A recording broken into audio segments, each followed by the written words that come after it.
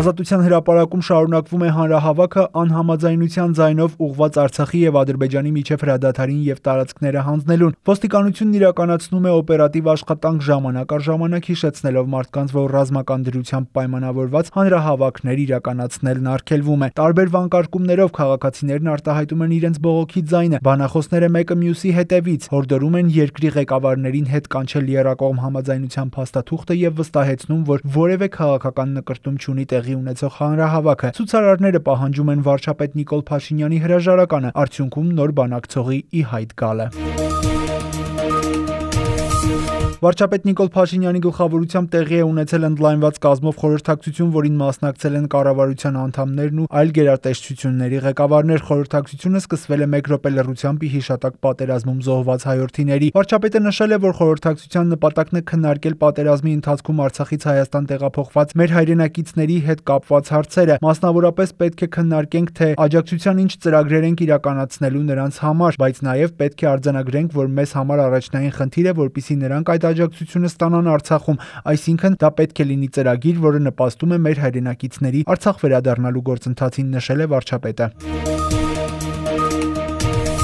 Վարչապետ Նիկոլ Փաշինյանն այսօր հեռախոսազրույց է ունեցել Ֆրանսիայի նախագահ Էմանուել Մակրոնի հետ։ Կառավարության ղեկավարը Ֆրանսիայի նախագահին տեղեկատվություն է ներկայացրել հրադադարի մասին նոյեմբերի 10-ին ստորագրած հայտարարության եւ տարածաշրջանում տիրող իրավիճակի մասին։ Էմանուել Մակրոնը գոհունակությամբ է ընդունել ռազմական գործողությունների դադարեցման փաստը եւ ընդգծել Ֆրանսիայի բարեկամական վերաբերմունքը Հայաստանի եւ հայ ժողովրդի նկատմամբ։ Ֆրանսիայի նախագահը պատրաստակամություն է հայտնել իր նպաստը բերել Լեռնային Ղարաբաղի հակամարտության արդար, կայուն եւ բոլոր կողմերի համար ընդունելի լուծմանը։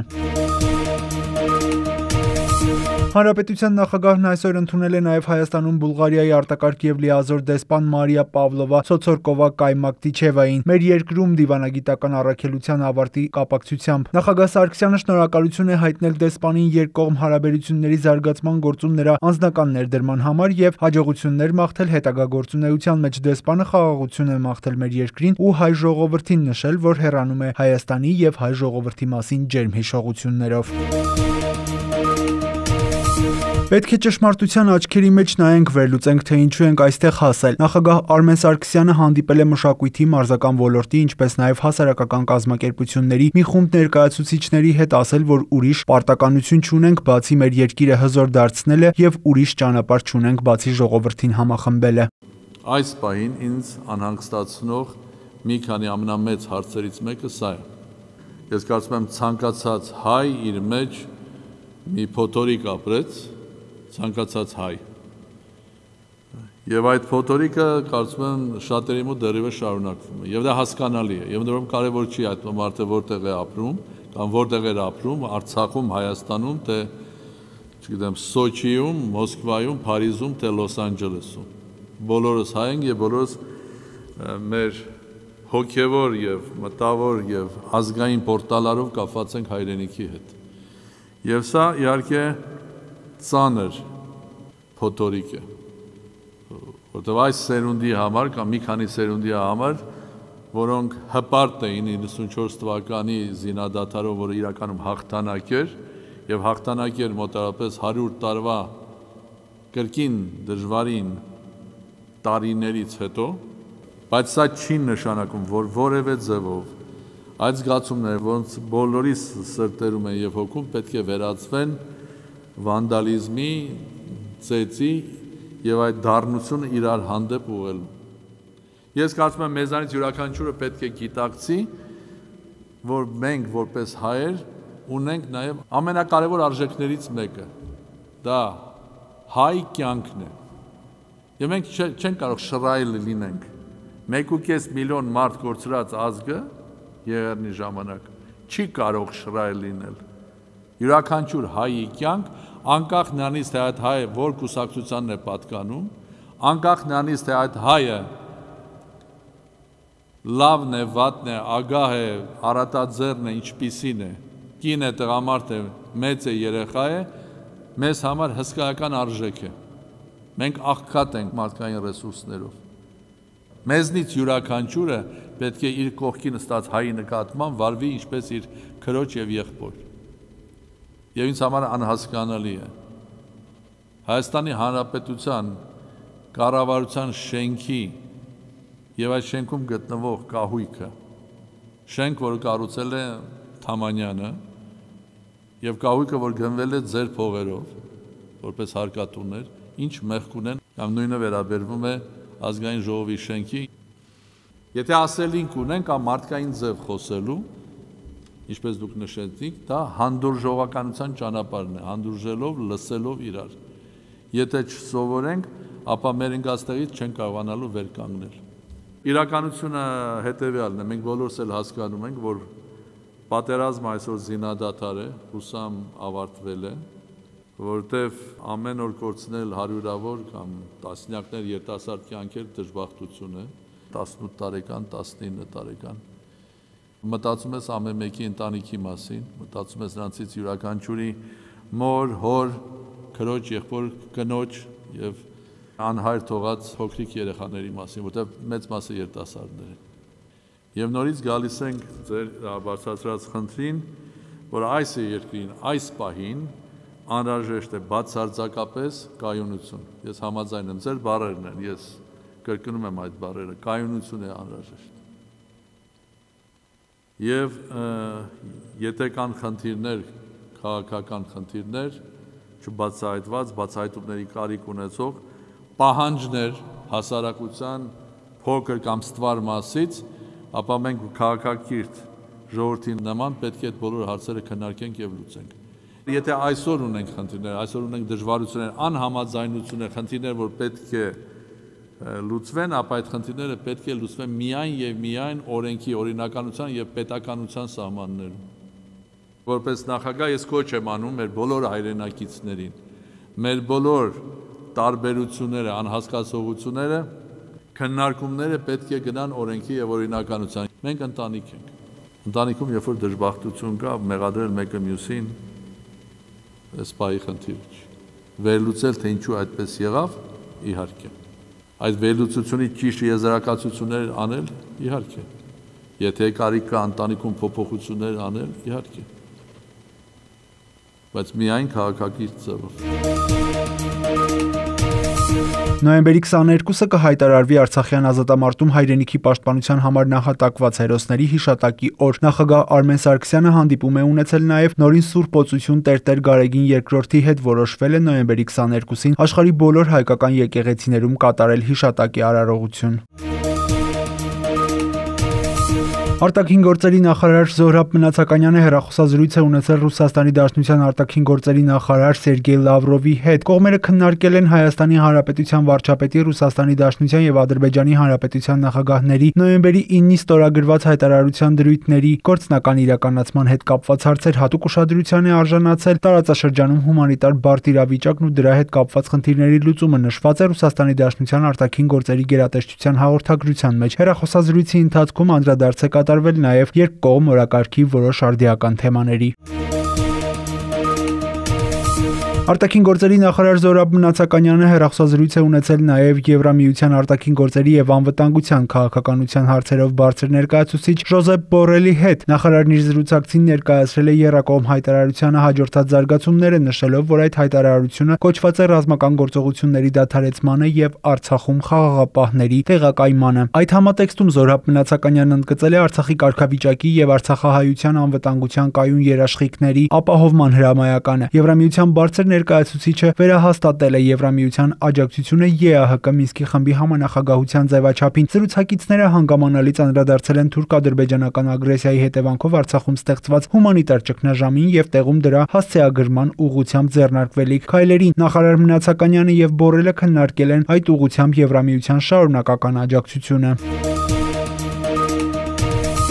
Արցախի նախագահը ընդունել է նաև հրադադարի ռեժիմի վերահսկման նպատակով Արցախ ժամանած Ռուսաստանի Դաշնության զորակազմի հրամանատար գեներալ լեյտենանտ Ռուստամ Մուրադովին։ Հանդիպման ժամանակ մտքեր են փոխանակվել խաղաղապահ զորախմբի կողմից պատասխանատու առաքելության իրականացման հետ կապված կոնկրետ հարցերի շուրջ, տեղեկացրել է Արցախի Հանրապետության նախագահը։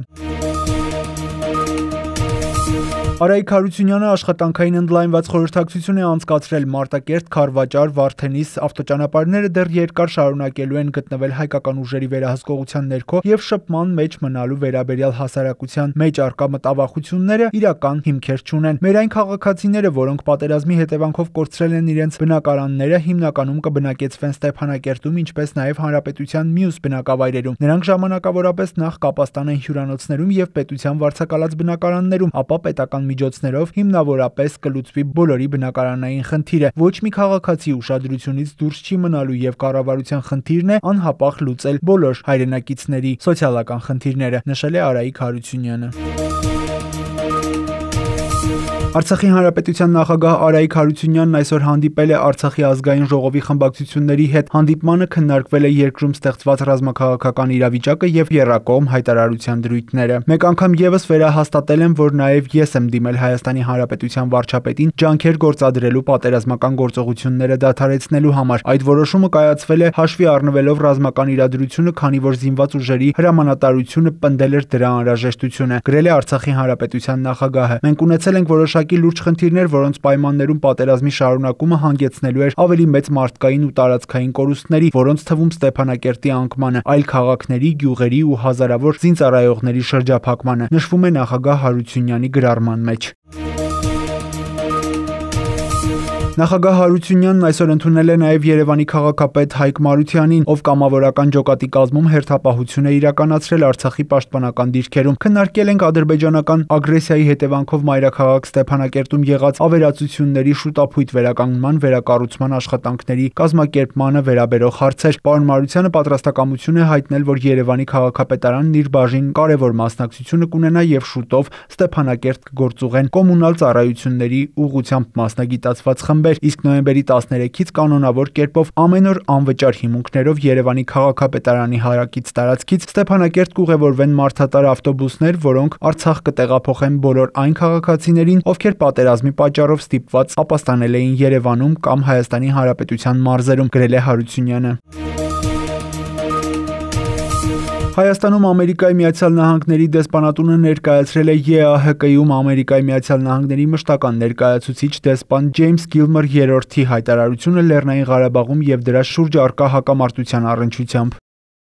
Միացյալ Նահանգները լինելով ԵԱՀԿ Մինսկի խմբի համանախագահներից մեկը, ողջունում է անկներև հրադադարի հաստատումը եւ մարտական գործողությունների դադարեցումը Լեռնային Ղարաբաղի հակամարտության գոտում։ Մենք մշտապես ասել ենք, որ այս հակամարտությունը չունի ռազմական լուծում եւ խորապես ցավում ենք վերջին շրջանի գործողությունների հետևանքով անարգիկ կորացված կյանքերի համար, այդ թվում եւ քաղաքացիական անձանշրջանում։ Իրավիճակի զարգացմանը եւ նոյեմբերի 10-ին ձեռք բերված համաձայնության մասին ավելին իմանալու զուգընթաց մենք պետք է անդրադարձ կատարենք թափանցի խաղաղության ապահովման հարցում միջազգային հանրության եւ ԵԱՀԿ-ին վերապահվող դերակատարմանը։ Տեղում տիրող հումանիտար իրավիճակը բոլորիս համար խիստ մտահոգիչ է։ Մենք վերահաստատում ենք կողմերին երկուստեք ուղղված հրատապ կոչերը հետևելու հոկտեմբերի 10-ին հումանիտար հրադադարի պայմանավորվածությանը, որը կողմերը վերահաստատել էին հոկտեմբերի 17-ին, ապա նաև հոկտեմբերի 25-ին։ Մենք նաև կողմերին երկուստեք կոչ ենք անում անապահ ձեռնարկել հոկտեմբերի 29-ին Ժնևում համաձայնեցված քայլերը։ Մենք կողմերին կոչ ենք անում պաշտպանել քաղաքացիական անձանց ու քաղաքացիական կառույցները։ Քաղաքացիական անձանց, այդ թվում խոցելի խմբերի, տարեցների ու երեխաների մասշտաբային տեղահանությունները գլոբալ համավարակի ընթացքում եւ ձմռան նախաշեմին գրեթե անկասկած հանգեցնելու են անարգի հումանիտար ճգնաժամի։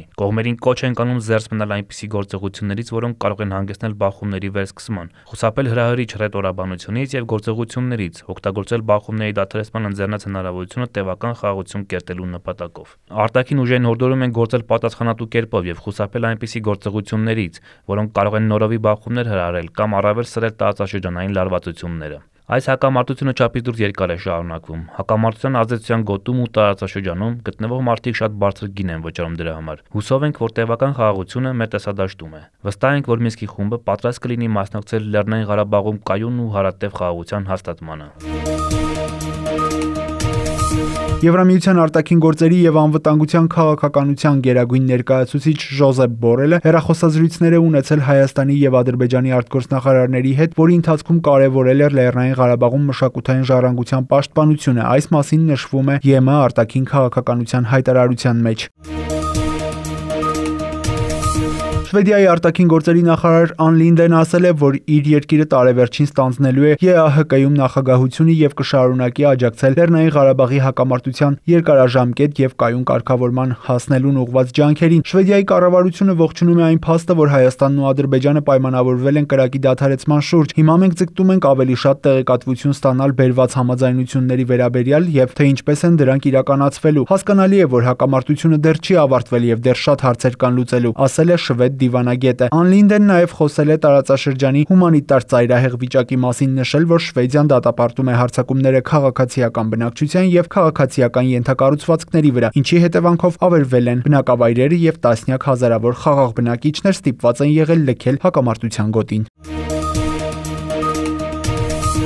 Եվ այսպես լրահոսն այսօր սկսենք երկրում մեզ համար կարևորագույն հայտարարությունից։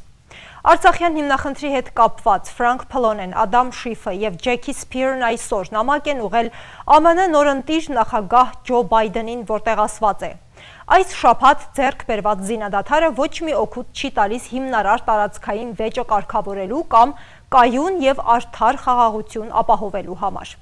ԱՄՆ-ն պետք է աշխատի Մինսկի խմբի հետ Լեռնային Ղարաբաղի հետագա կարգավիճակի ինքնորոշման իրավունքին համապատասխան որոշարկելու համար։ Մենք գրում ենք այսօր ձեր անմիջական ուշադրությանը ներկայացնելու Լեռնային Ղարաբաղում, որ հայտնի է նաև որպես Արցախ, տեղ գտած աննախադեպ ճգնաժամը, որտեղ Ադրբեջանի, Թուրքիայի եւ օտարերկրյա վարձկանների աջակցությամբ սանձազերծված պատերազմը հանգեցրել է զանգվածային հումանիտար աղետի եւ անկարգությունների, որոնք կարող են վատ թարանալ առաջիկա ամիսներին եւ տարիներին։ Սեպտեմբերի 27-ին Ադրբեջանը զանգվածային գրոհներ ձեռնարկեց Լեռնային Ղարաբաղի դեմ, իրավիճակն արագորեն ծավալվեց, գրեթե անմիջապես խախտվեցին ԵԱՀԿ Մինսկի խմբի համանախագահների բանակցած հրադադարի 3 ռեժիմները։ Ադրբեջանի ուժերը, որոնց օժանդակում են Թուրքիայի կողմից ֆինանսավորվող օտարերկրյա վարձկանները, առաջխաղացում են ունեցել անօդաչու թռչող սարքերի եւ այլ զենքերի գործադրմամբ։ Այս շաբաթ Ադրբեջանը զավթեց ռազմավարական նշանակություն ունեցող Շուշի քաղաքը, որ մայրաքաղաք Ստեփանակերտից ընդամենը 10 մղոն է հեռու։ Հազարավոր հայ խաղաղ բնակիչների նկատմամբ զանգվածային վայրագության ռիսկի մեծացման վտանգի ներքո Հայաստանը համաձայնեց Ռուսաստանի միջնորդությամբ կնքված խաղաղության համաձայնագրին։ Այս համաձայնագիրը գոնե առայժմ ավարտել է մարտերը, բայց այն թանկ է արժեցել։ Գործարքի համաձայն Ադրբեջանը տարածքներ է վերցնելու Լեռնային Ղարաբաղում եւ երաշխավորելու է իր անկլավի Նախիջևանի հետ կապը բուն Հայաստանի տարածքով։ Չնայած մենք ողջունում ենք խաղաղությունը, մենք խորապես մտահոգված ենք այս գործարքի անմիջական եւ երկարաժամկետ հետևանքներով, որը ոչինչ չի ձեռնարկում Լեռնային Ղարաբաղի վերջնական կարգավիճակի հարցը կարգավորելու համար։ Բացի այդ, մենք կարծում ենք, որ այս ողբերգական արդյունքից հնարավոր էր խուսափել, եթե Միացյալ Նահանգները եւ միջազգային հանրությունն առավել վճռական լինեին։ Մենք լիովին համամիտ ենք հոկտեմբերի 28-ին արված ձեր հստակ հայտարարության հետ Ջո Բայդենին է ուղղված առ այն, որ ԱՄՆ վարչակազմը պետք է իր ուժերը ներդնի եւ ոչ թե հրաժարվի ազատության աջակցման ակտի 907 կետից կասեցնելու ռազմական աջակցությունը Ադրբեջանին եւ հորդորելու Թուրքիային եւ Ռուսաստանին դադարեցնել, թեժացնել կոնֆլիկտը զենքերի տրամադրմամբ, իսկ Թուրքիայի պարագայում նաեւ ահաբեկիչների ներգրավմամբ։ Մենք շատ երկար ժամանակ ենք հանդուրժել Թուրքիայի եւ Ադրբեջանի ռազմատենչ հռետորաբանությունն ու ագրեսիվ գործողությունները եւ կործանարար արդյունքներն այժմ տեսանելի են։ Նախագահի պաշտոնը ստանձնելիս դուք հնարավորություն ունեք կերել տարածաշրջանի նկատմամբ նոր քաղաքականություն, որը կուղղորդի մեր արտաքին քաղաքականությունը դեպի ժողովրդավարության, մարդու իրավունքների եւ ինքնորոշման իրավունքի պաշտպանությանը։ Իդեպ հրադադարի արդյունքում խաղաղապահ զորքերի տեղակայմամբ նոր սահմանների նշագծումը վերջնական չէ։ Այս մասին խոսել է նաև Հայաստանի Հանրապետության վարչապետը Նիկոլ Փաշինյանը։ Հրադադարի պայմաններն այնպիսին են, որ կողմերը հայկական եւ ադրբեջանական, ես կասեի թուրքական, մնան այն դիրքերում, որոնց հանգել է պատերազմը դրա դադարի վերջին օրը։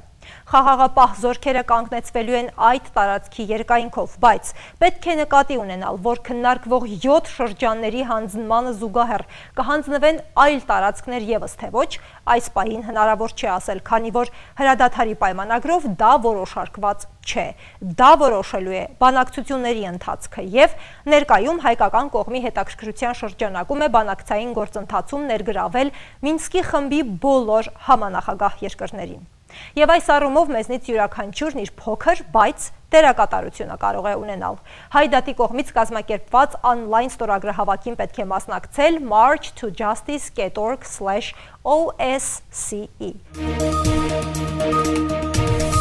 Սեպտեմբերի 27-ին ադրբեջանա-թուրքական զորքերն ու վարսկան ահաբեկիչները լայնածավալ ռազմական գործողություններ սկսեցին Արցախի հանրապետության դեմ։ Պատերազմի առաջին օրերից ոստիկանության զորքերի շուրջ 3000 ծառայող հերթափոխելով մեկնեցին ռազմաճակատ։ Նրանք մասնակցեցին Քարվաճռի, Հաթերքի, Ջրականի, Բերձորի պաշտպանական մարտերին։ Ծանր մարտեր մղեցին հատկապես Շուշի-Լիսագոր ավտոճանապարհի հարակից տարածքում, ինչի ընթացքում ոստիկանության զորքերն ունեցան 2 զոհ, 26 վիրավոր, եւ մինչ այս պահը անհետ կորած է համարվում 42 ծառայող։ Չափազանց կարևոր էին նաեւ ոստիկանության զորքերի հատուկ միջոցառումները, հայտնաբերելու եւ չեզոքացնելու Արցախ ներխուժող ահաբեկչական խմբերին, թույլ չտալով նրանց հասնել թիկունք։ Հայրենիքի պաշտպանությանն են միացել նաեւ ոստիկանության կենտրոնական ապարատի, հատուկ նշանակության վարչության, բարեկապահական ծառայության գնդի, մարզային եւ տարածքային բոլոր ստորաբաժանումների ծառայողներ։ Մի քանի հերթափոխով Արցախ են մեկնել եւս 3200 ոստիկան, որոնցից անմահացել է 26-ը, վիրավորվել 124-ը եւ մինչ այս պահը անհետ կորած է համարվում 1-ը։ Նրանք Ջրականի, Բերձորի, Շուշի ու Մարտակերտի շրջանի տարբեր հատվածներում էին։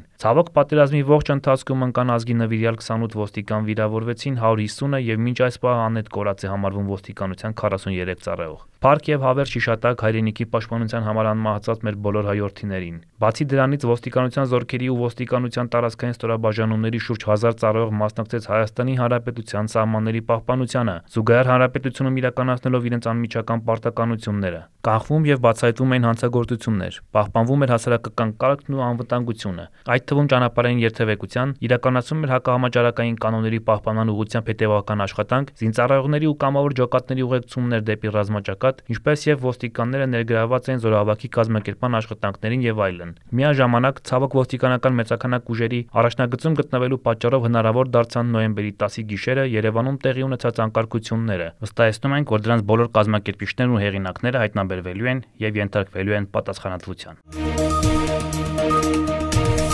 Ոստիկանության տարբեր ստորաբաժանումների ծառայողներ շարունակում են տարաբնույթ միջոցառումները Արցախից ապօրինի կերպով զենգզինամթերք բերելու դեպքերը կանխելու եւ բացահայտելու ուղղությամբ։ Արդյունքում նոյեմբերի 11-ին ոստիկանության Վաղարշապատի բաժնի ծառայողներն իրացնելով օպերատիվ տվյալները Փարաքար գյուղից մեքենայով հանդերձ բաժին բերման են ենթարկել Երևանում բնակվող 2 տղամարդու։ Մեքենայում հայտնաբերվել է գործարանային համարով Կալաշնիկովի ինքնաձիգ, փամփշտատուփեր, սվին դանակ, բաճկոն ու սաղավարտ, որոնք բերել էին Արցախից։ Դարձյալ նոյեմբերի 11-ին ոստիկանության Սևանի բաժնի ծառայողներն ու Գեղարքունիքի մարզը սպասարկող ճանապարհային ոստիկանները իրացնելով օպերատիվ տվյալները Իջևան քաղաքի եւ Տավուշի մարզի Սևքար գյուղի 2 բնակչի մոտ հայտնաբերել են գործարանային համարներով Կալաշնիկովի ինքնաձիգեր, 7 հատ փամփշտատուփ, ինքնաձիգի փամփուշտներ ու զրահաբաճկոն, որոնք բերել էին Արցախից։ Ոստիկանության Մասիսի բաժնի ծառայողները եւս նոյեմբերի 11-ին Արցախից բերված զինամթերք են հայտնաբերել։ Նրանք Երևանի բնակիչ 34-ամյա մի տղամարդու մեքենայի ստուգմամբ հայտնաբերել են պայթուցիչներով նռնակներ։ Հայտնաբերված զենգզինամթերքը վերցվել է այս ուղղությամբ իրականացվող տարաբնույթ միջոցառումներն ամենօրյա են։